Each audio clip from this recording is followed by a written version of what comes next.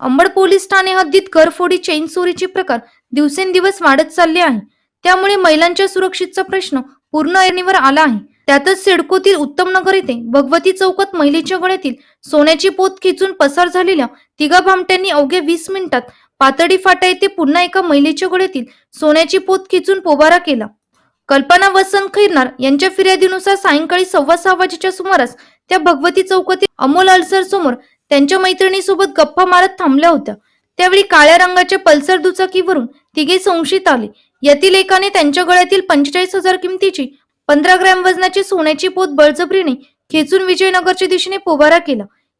माझी मैत्रीण आणि मी आम्ही दीपक किराण्याच्या त्या रोडला थोडंसं पुढे दोघी जणी बोलत होतो आणि रोडच्या कडेला चूक म्हणजे पायरीच्या खाली निघायचं घराकडे म्हणून उभं राहिलो तर तेवढ्यात गाडी आली. 3 जण गाडीवर बसले होते आणि गाडी म्हणजे अगोदर आली तेव्हा जोरात आणि माझ्यापाशी आली तेव्हा थोडी हळू थांबली आणि पुढं आल्यानंतर आज त्यांनी पोत खेचली माझी आणि इतकी जोरात रेस केली गाडी.